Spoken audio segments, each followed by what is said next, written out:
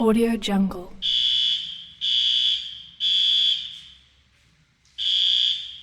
One, two, is this on?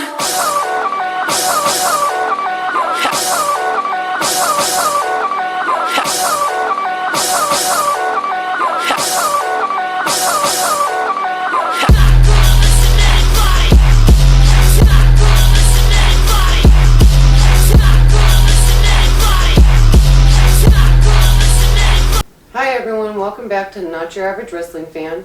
I'm Nicole, and today I have my husband Shaun here with me to talk about why Bret screwed Bret. So clearly we're talking about the Montreal Screw Job.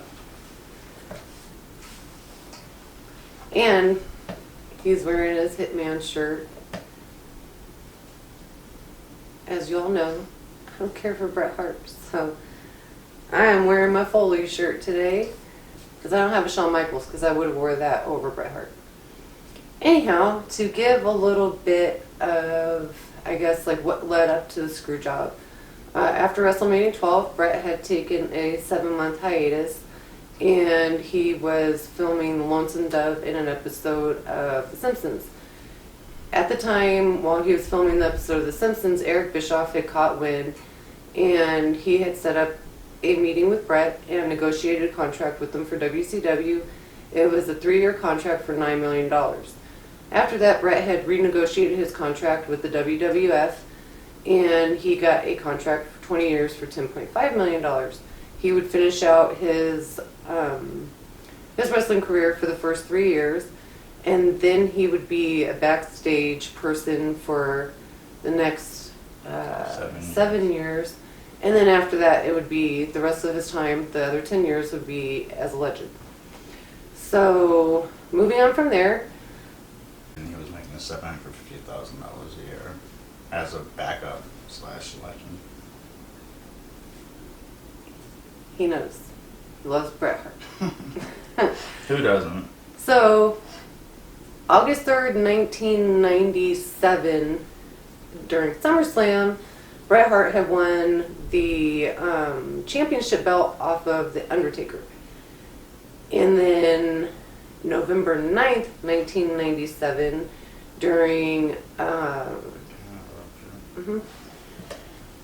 think that was the match. I'm not positive. I think that was the match where Shawn Michaels was the guest referee. He was. And he won because Shawn Michaels hit him with the chair, and that's how Bret beat Undertaker. Yeah.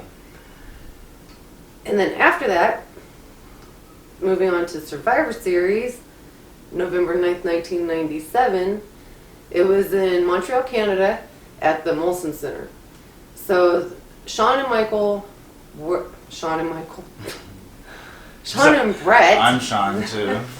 Shaun and Bret were the last match of the night. They were the main card, and they had their match. Before that, Bret had talked to Vince because Vince wanted Bret to drop his belt to Shaun because Bret eventually decided to go to WCW because Vince had told him that he was not going to be able to pay him the $20 million for the $10.5 million for 20 years because he was in the middle of trying to go public. And when he was trying to go public, they told him that any long-term financial obligations he wasn't allowed to fulfill. So he told Bret that he was not going to be able to honor the contract. So Bret told Vince that he would work for less money. Vince told him no, go ahead and go to WCW.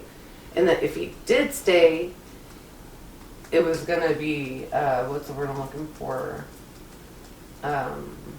Deferred. His payment was going to be deferred indefinitely. So that's how Bret ended up deciding to go to WCW. Can I throw my 2 cents in? I'm almost 100% positive that I know they were going public. I know everything about the finances, the fact that Vince offered a 20-year contract for $10.5 million. That was the most that anyone was making at that time.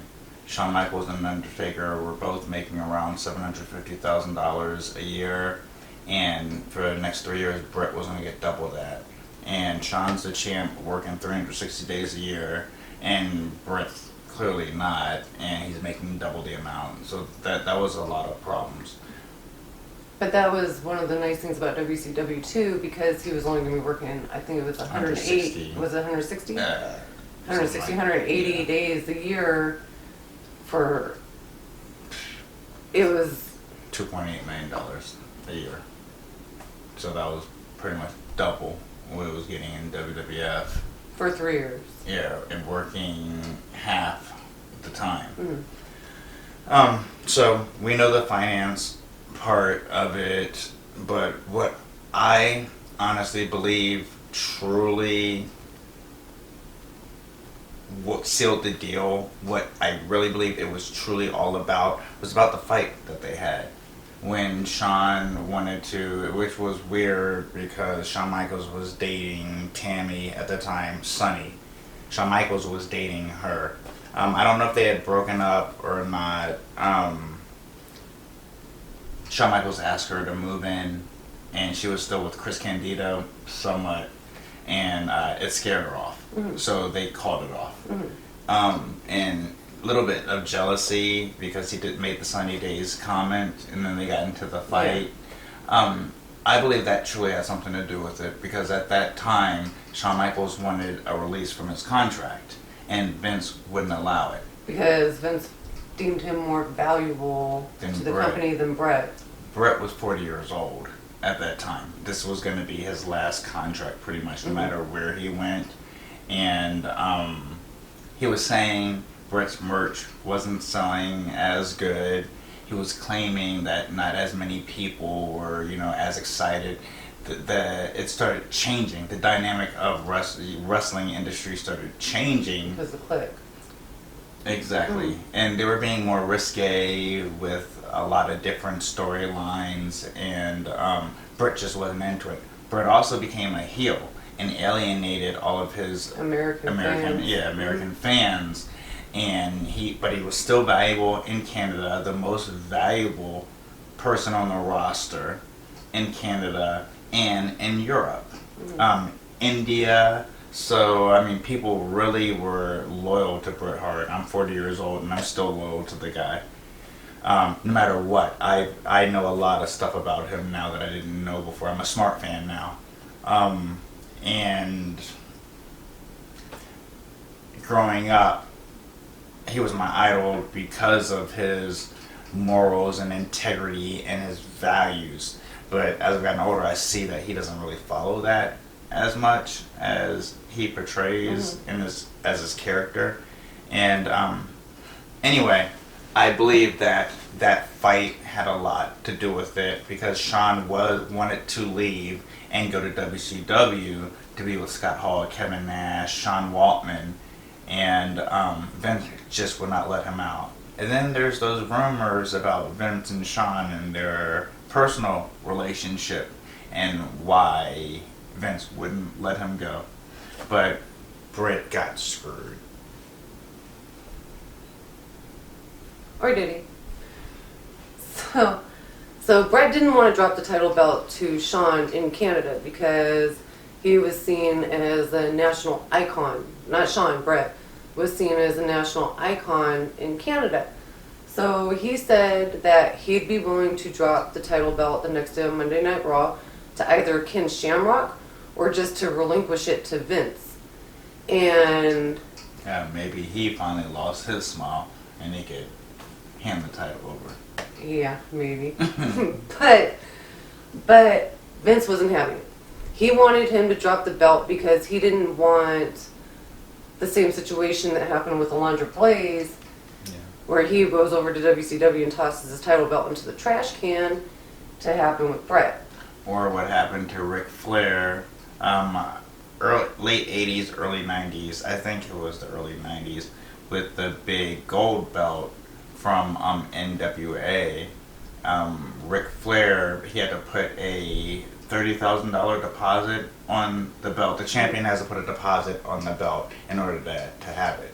And they didn't pay Ric Flair his money back, but they demanded the belt back. And his contract was over. So he was like, no, this is my belt, give me my money, and I'll give you the belt.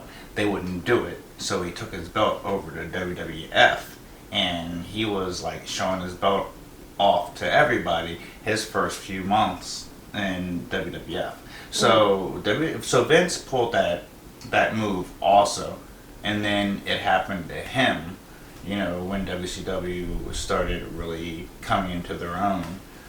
So, but we can say that happened, but at the same time they had an ongoing lawsuit. The same lawsuit that initially gave Vince the right to buy WCW when they sold. He was first in line because of the lawsuit about the title, you know, situation. So Vince knew that legally Eric Bischoff wouldn't have pulled that move. Mm-hmm. So people can say that, hey, it was because he was afraid. He knew Bret wouldn't do that. Bret was a man of his word. And they also were in a legal battle. So to make a move like that would have been really dumb on the part of WCW. So they used that as a reason why. But I don't believe that's truly what was going on. But also at the time, WCW, because of NWO, their ratings were really, really good. And he didn't want Bret to take the belt over there and people see that, and WWF's ratings go down further. The Nelson ratings. If I can say, just to be a little bit more technical and on point about this whole thing, he knew that Bret wouldn't take the belt over. It wasn't really about the belt. What he was concerned with is the night after Survivor Series, Bret's contract was expired. Therefore, he signed with WCW so Eric Bischoff can announce on Monday Night Nitro that, hey, we signed the WWF champion. Mm-hmm. So it's not necessarily that, oh, Bret was going to show up to Nitro with the belt. I also think that there was a do not compete clause. So he wouldn't be able to compete anyway. If there wasn't a do not compete clause, the reason he didn't show up right away was because he broke his hand on Vince's face. But that's here nor there. It's not necessarily that he was going to show up with the belt versus more so that he was afraid that Eric Bischoff was going to say, we have the current reigning WWF champion who is signed to WCW. He needed to strip that so Eric didn't have the ability to say, we have WWF's champion. Gotcha. Yeah, I feel like that was more important than, or more actually what was going on versus him actually showing up with the belt, because that just wasn't going to happen. Makes sense. Sorry. Makes sense. Yeah. Yeah, of course you have to defend Bret, but it makes sense. Yeah, Bret Hart, best technical wrestler there. Best there is, best there was, best there ever will be. So, Bret didn't want to drop the belt. Shaun, Vince, Triple H, and Jerry Briscoe, I believe, was also in the meeting. They devised a plan to make Bret drop the belt. Shawn Michaels told Vince he was willing to do whatever he had to do for the company. Triple H basically said, hey, screw that guy. He doesn't want to drop the belt when you tell him to drop it. We're going to take it from him. So they were sworn to secrecy. And Vince said that if anybody finds out, they didn't know anything. So Shawn Michaels and Triple H were to say that they knew nothing. They didn't, Earl Hebner didn't even know until right before I believe it was the match, right before the match, that was what was going to happen. So, Survivor Series comes, the match starts, they end up outside of the ring into the crowd. Shawn Michaels and Bret Hart end up outside the ring into the crowd with Vince and officials following them. Then, they end up, I believe, did Vince tell them to get back in the ring? Yes. I thought so. Yes, he was yelling at them to Get back in the ring. He told them to get back in the ring. They ended up back in the ring. And it was also weird at that time because maybe smart fans like the MSG fans, Madison Square Garden, maybe those fans knew what was going on. But majority of fans, including me, because I did order Survivor Series 97, I did order that on pay-per-view. And I watched what happened live. And I didn't know that Vince McMahon was the owner of WWF. No one really knew that except for the smart fans. And majority of people weren't smart fans unless you watched or read the dirt sheets. Not many people did that. So to see Vince out there yelling at them to get back in the ring was really weird. had to be. We didn't order pay-per-views when I was a kid. We just watched whatever showed up on TV, like cable. So we didn't get the pay-per-views, but watching it as an adult, watching the match, I can imagine how weird it would be, especially back then, because we didn't have the internet and all that other good stuff that we could just Google. Exactly. Real quick, there was a little trick. Pay-per-view back in the day had multiple pay-per-view channels. If you say WrestleMania 9, they have like 4 different channels that WrestleMania 9 comes on. You order it from one channel, but other people, other places order it and it comes on one of those other pay-per-view channels. Like they've set aside certain channels for the pay-per-view. Not the one that you would get in your city, your state, your country, but if you go to those alternate pay-per-view channels, a lot of times you could hear audio and the picture was just scrambled. And some so of the you could actually see some of it, but not all of it. Exactly. So, and I've done that sometimes because in your house, I didn't always order in your house. Majority of the time I would. And then my favorite was WrestleMania is a must. Royal Rumble is a must because it leads up to WrestleMania. Survivor Series was always Thanksgiving time. Also, WrestleMania was always around my birthday, so that was like my birthday present every year. March or April, yeah. That was always my birthday present. Survivor Series I loved because it was near Thanksgiving. SummerSlam was usually the one that I stayed away from. And King of the Ring, I went to King of the Ring live. So, I only really remember 4 years that King of the Ring that I ordered 3 of the years, and 1 of the years I went live at the Baltimore Arena.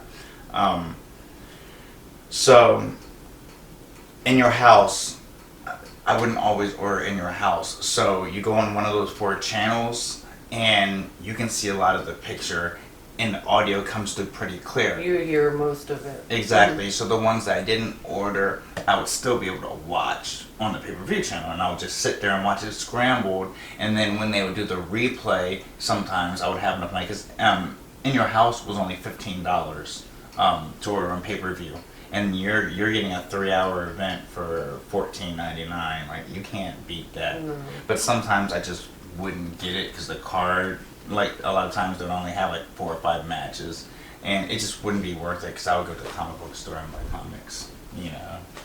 So and you know, if I get the pay-per-view, I need at least $50 for snacks. Food. Yeah, exactly. Yep. So you know how I do it. Yep. But I'm sorry, guys.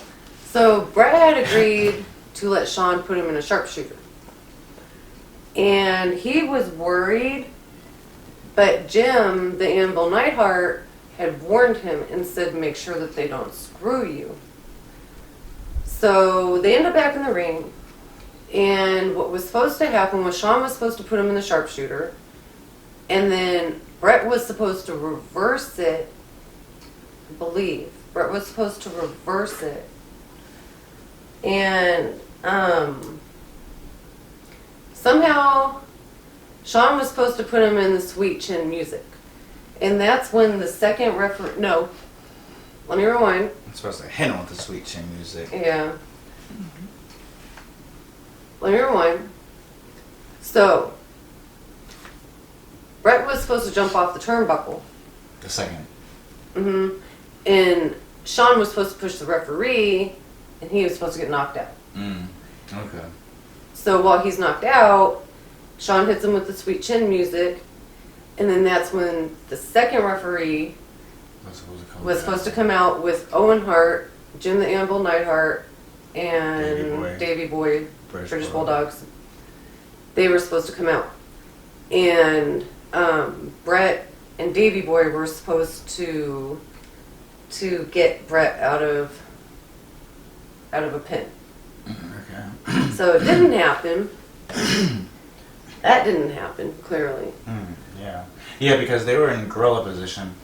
Yeah. Yeah. So, and they were standing back there confused at what was going on, because when Shaun put Bret in the sharpshooter, Vince yelled, ring the bell, ring the effing bell.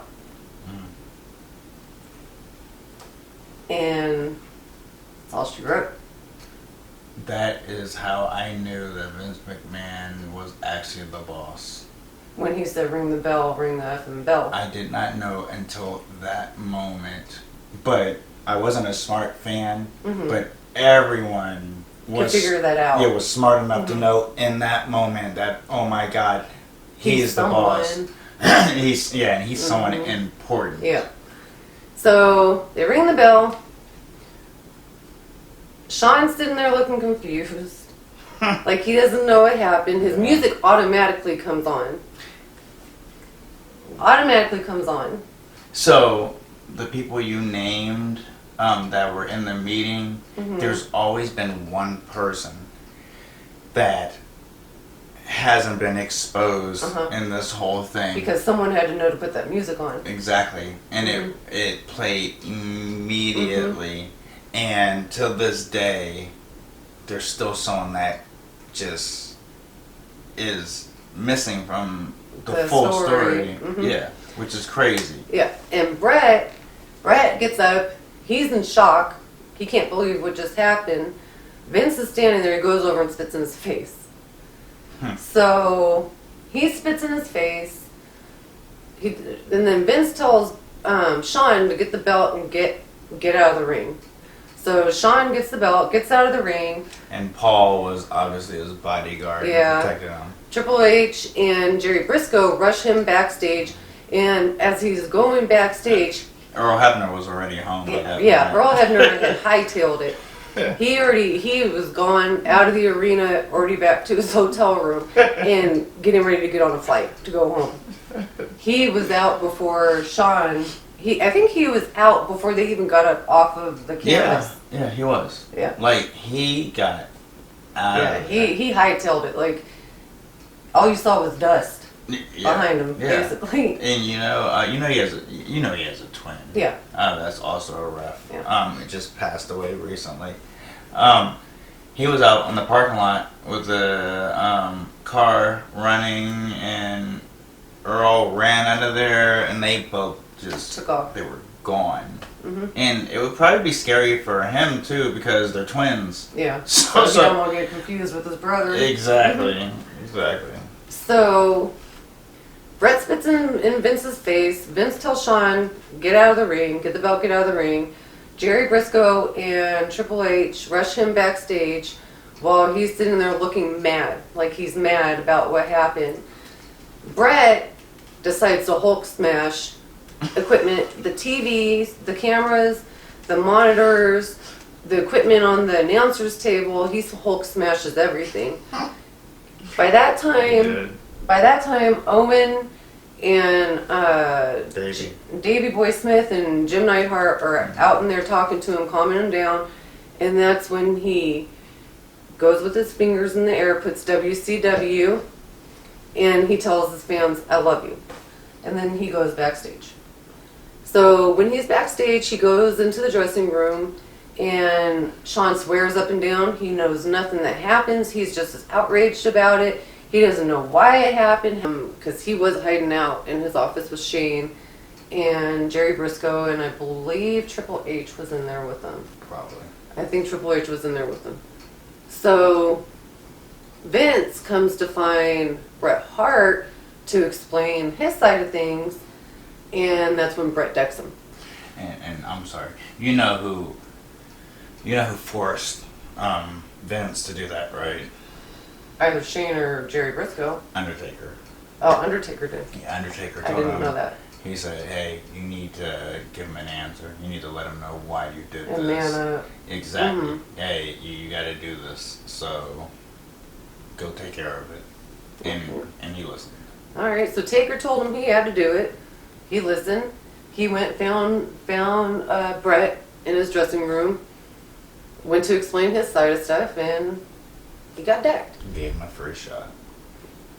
So Vince ended up with a black eye and a broken ankle because when he decked him, Jerry Briscoe accidentally stepped on his ankle during like the whole scuffle thing, and it broke Vince's ankle. I did not know that. Yeah. He broke his ankle? He broke his ankle. I did not know that.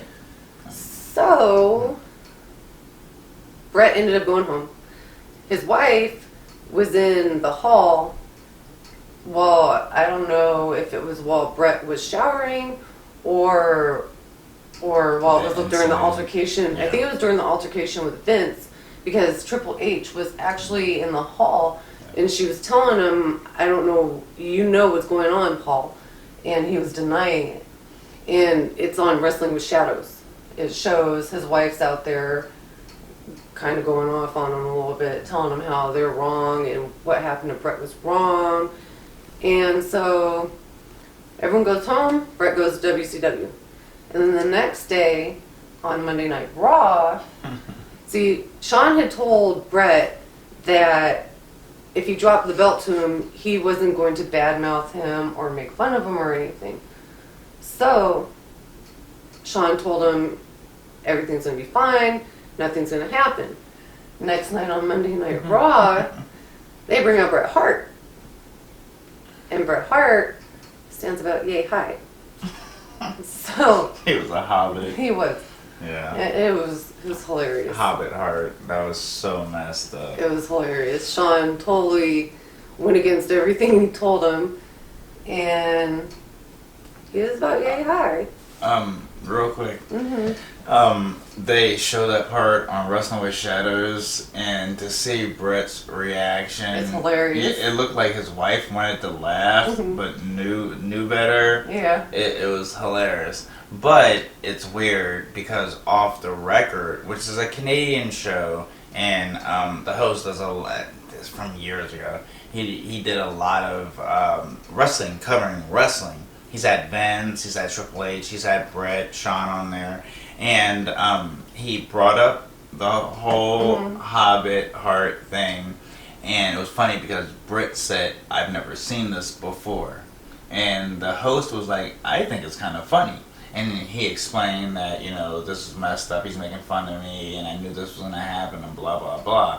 But it's funny because on Wrestling with Shadows, you can clearly see him watching it with his wife, and then Off the Record, which was clearly filmed after the Screw Job, he's going to sit there and say, "I've never seen this before, but we just watched you see it." Yeah. It just... Doesn't make sense. No, I disappointing, Bret. Yeah. Disappointing. And then, so after all that, Vince had an interview with Jim Ross.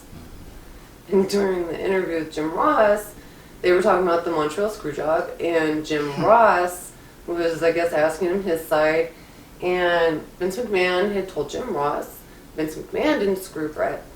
Bret screwed Bret. And there you have it. The Montreal Screw Job, all in a nutshell. And that was 2 weeks after, on Monday Night Raw. It was 2 weeks after Survivor Series. And I'm sure you know this already, but that was the origins or the birth of Mr. McMahon. Yeah. Yep, I sure do. Yep. Vince McMahon's character, Mr. McMahon. You know, you're not the average wrestling fan. Why, thank you. So, I'm going to give my thoughts, and you can give your thoughts on it. Okay. I totally agree with Vince McMahon. Because, I'll tell you why. Bret did screw Bret. Vince McMahon didn't screw Bret. And although I forgot to mention that Bret did have a little bit of creative control. What did they call it? Oh, type of creative control. What was the word that they used? Reasonable. Reasonable creative control. Reasonable creative control for his last 30 days. So they don't destroy his character. That was the whole point. But, in my opinion, this is just my opinion, and I know a lot of people are going to disagree with me. He's one of them. I'm sure there's going to be a lot more who disagree with me. Bret did screw Bret. Because you're Bret, when you're Bret for life. No. You might be. I don't like the man. This is my opinion is not based on my feelings towards Bret Hart. If your boss tells you to do something, you do it. In reasonable creative control, I don't feel he was reasonable. If you're sitting there going against what your boss is telling you need to do, that's not reasonable. Reasonable creative control, in my opinion, is I'm gonna wear a different outfit. I don't know. That's reasonable. Not if your boss is telling you, hey, you need to do this, and you're gonna sit there and tell them, no, I'm not dropping this belt to this person. What do you think's gonna happen? Bret did screw Bret. Vince didn't screw Bret. Bret screwed Bret. May I ask you a question? Mm-hmm. So, if the reasonable creative control came about for Bret to protect his character, and you don't believe it's reasonable for him to protect his character, then what was the point of Vince putting the creative control in his contract? Hulk Hogan, Terry Bollea, his whole career has been built on creative control, and he has screwed over so many people and just gets away with it like it's nothing. And that's creative control. He has Hogan's creative control. But is it reasonable? It can alter other people's careers. He's done that his whole career. How can you make a storyline and take other people out or put other people in when you're the only one who has creative control? So, if his creative control reaches that far, how can Bret's not be recognized for what it was created and placed in the contract for? He's not the father of WWF. He's not. He didn't make wrestling. Hogan made wrestling. He didn't make wrestling. Hogan did. So of course they're gonna pacify Hogan and not Bret. And if Bret wanted to protect his character so much, why'd you Hulk smash stuff out in front of all these fans? Why'd you spit in Vince's face out in front of all these fans if you're so worried about protecting your character? You should have maintained that the whole entire time. If you're saying you have integrity, that's not integrity. The reality of it is that Vince should have taken the title off of Bret before he turned around and told him, hey, I'm not going to honor this contract. Okay, yeah, he should have, but he didn't. And in that case, Bret should have did what his boss told him. And then, I want to go a little bit deeper. Mm-hmm. If Bret really wanted to stay in WWF, he should have taken a loss. Yeah, he should have. You know, if you should have never played WCW against WWF. You should have never did that in the first place. And you shouldn't have a problem with taking $500,000 a year for your contract. If you really want to end it out in WWF, then money shouldn't have been An issue. Yeah, and like me personally, if I made it, I always wanted to be a WWF guy. I never wanted to do WCW. So if that means the difference between $2.8 million a year and $500,000 a year, I'm going to take the $500,000 a year. You know, that's just me. I would have hightailed it. I'm sorry. I would have hightailed it. $2.8 million a year, I got mouths to feed at home. I'm hightailing it. Because Vince was allowing him to take that character with him. And in that case, your legacy lives on. It's just not in WWF. It's in WCW. AKA, your legacy does not move on because WCW sucked. No offense, but that's the difference between quality and quantity. But he could have made it what he wanted to make it. And oh, here we go. The quality of when he went over there was none. You could see it in his face. He didn't want to be there. You could totally tell he didn't want to be there. He was miserable. It wasn't like Scott Hall and Kevin Nash who had a blast. They made the best of it. But if you listen to their stories about halfway and back into... They also started their career in well, they didn't start their career, but they also were in WCW before they were in WWF. Yeah. So they knew the game. Bret was only in Stampede in WWF. But he acted like a spoiled little crybaby about it. Then why did you even go? Why didn't you just end your career when the screw job happened? Why didn't you just stop then? Instead of going over and making the worst out of the situation, if it was such a bad situation for him. Kevin Nash and Scott Hall were very vocal, and mostly Kevin Nash was very vocal about at a certain point in their WCW career and their tenure that things started getting really, really bad, and they got to the point where they just didn't care anymore. And you can tell, watching it, that they stopped caring. And you know, you have the inmates running the asylum. There's no creative, I'll use the word creative control from the writers. You got Vince Russo in there doing stupid stuff, bro. And it just turned into a big mess where they were making the money, they were getting the ratings, and it all went to their head. And honestly, the only reason WCW paid that much money for Bret was so Vince did not have him. You have an icon, a legend, and you're doing nothing. The first thing you do with them is make him a referee. You don't do that to Bret the Hitman Hart. You don't do that. You do that to Alex Wright or Disco Inferno. You don't do that to Bret Hart. You know, so I would have been depressed too. I would have been sad too. I would have been upset too. Because Bret did get screwed. He had it in his contract. Reasonable creative control. And that was reasonable against a person that's going to tell you, hey, you can drop the belt for me, or you can lay down for me, but I'll never do that for you.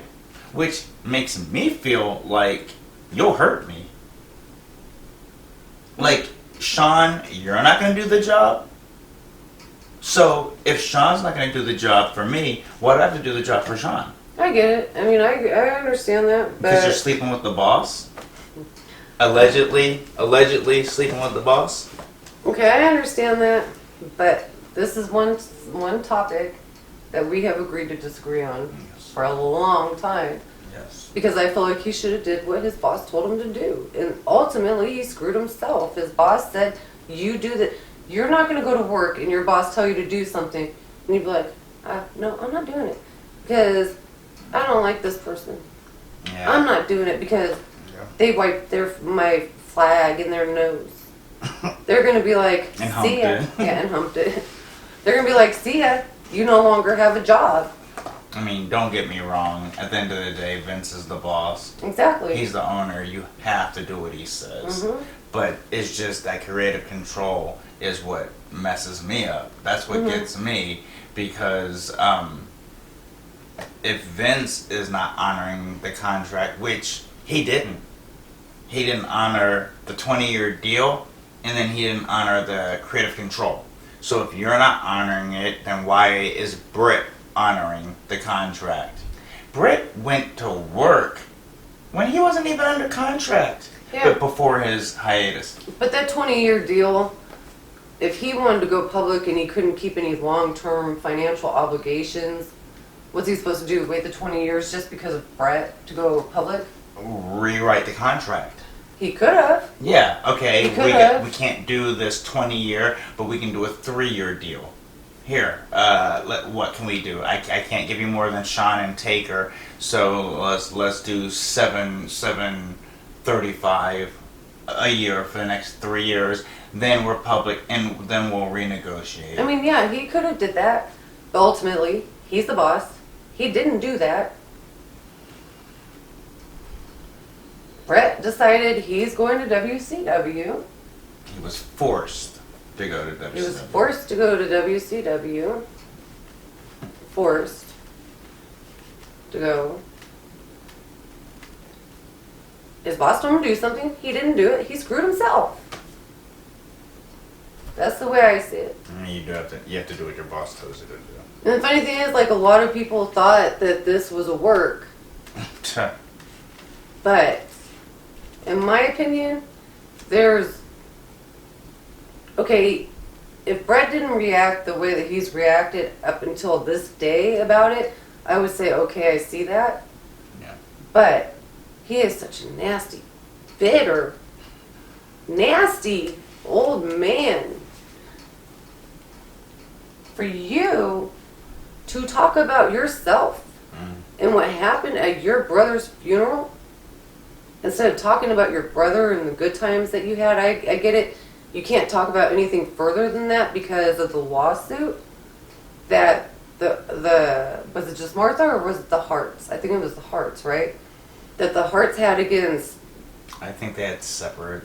Separate. It was either Martha and people were involved, or it was Martha and the Harts had a lawsuit. I'm not 100% positive. I'm not either, but I know his parents got paid too. Yes, Martha and Stu and Helen, they all got paid. Yeah, so I don't know if it was like a combined lawsuit. So I understand they can't talk about certain things, but you cannot talk about the good times with your brother. You're going to talk about yourself because you're that bitter and nasty and selfish. He was trying to get the rights to his likeness for WCW. But that could have been done at a different time, not at your brother's funeral. He could have called up Vince at any time and said, hey, can we discuss this? Not at your brother's funeral. You know? Vince told him that he would allow it, but he didn't do it. It wasn't until Bret had a stroke that Vince finally let him have the rights. And that's why his old bitter behind probably had a stroke from being so bitter over the screw job. He said it was from the concussion he suffered from Bill Goldberg. But I've watched that video, and it didn't look like it was enough to give him a concussion. And then to have a stroke after that. I've suffered a stroke. And, It's from stress. yeah, strokes don't work the way that Bret No. thinks they do. Strokes don't come from impact. You know, it comes from it's other, High blood pressure, other stress. things in play that causes a stroke to occur, not a kick. a predetermined kick. And I'm a nurse. I know that to be true. And I am a stroke survivor. So Yeah, so I think him holding on to everything and being so bitter and nasty is what gave him a stroke. But it wasn't a work, because he wouldn't be talking about it to this day. Someone would have broke. I'm like, yeah, it's a work. No. To this day, Bret Hart is a bitter, nasty old man. and they've all made up. Yeah, they've made up. And he's still Still bitter about it, even though they've made up. he still cries about it. Like it hurt him. It hurt him. That was his downfall. Mm-hmm. But, yeah. So, anything else you'd like to add on it? Bret's amazing. I still love you, Bret. I still believe in you, whether you're bitter or not. Bret did not screw Bret. And my final thoughts are, Bret most definitely screwed Bret. So, thanks for watching, everyone. And as always, we will see you in the next video.